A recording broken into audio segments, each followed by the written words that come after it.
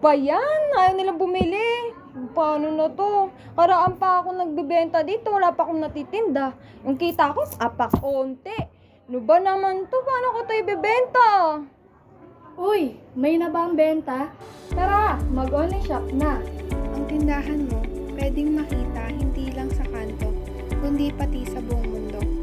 Gamit ang cellphone mo, pwede mo nang ipakita ang tindahan mo sa mas maraming tao. Sa Facebook, group chat, o kahit messenger lang. Walang kailangang malaking puhunan, kundi sipag at diskarte lang. Kahit cellphone lang, pwede ka nang mag-live at magbenta. Hindi lang ito tungkol sa pagpapakita ng produkto. Dito mo matututunan kung paano makipag-usap sa mga tao at sumabay sa panahong makabago.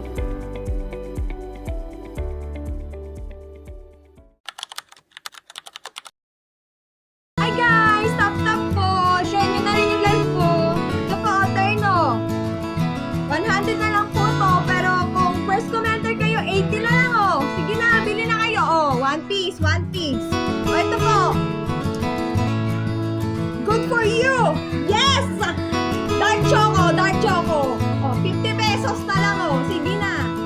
Mura na yan, hindi yung sa iba.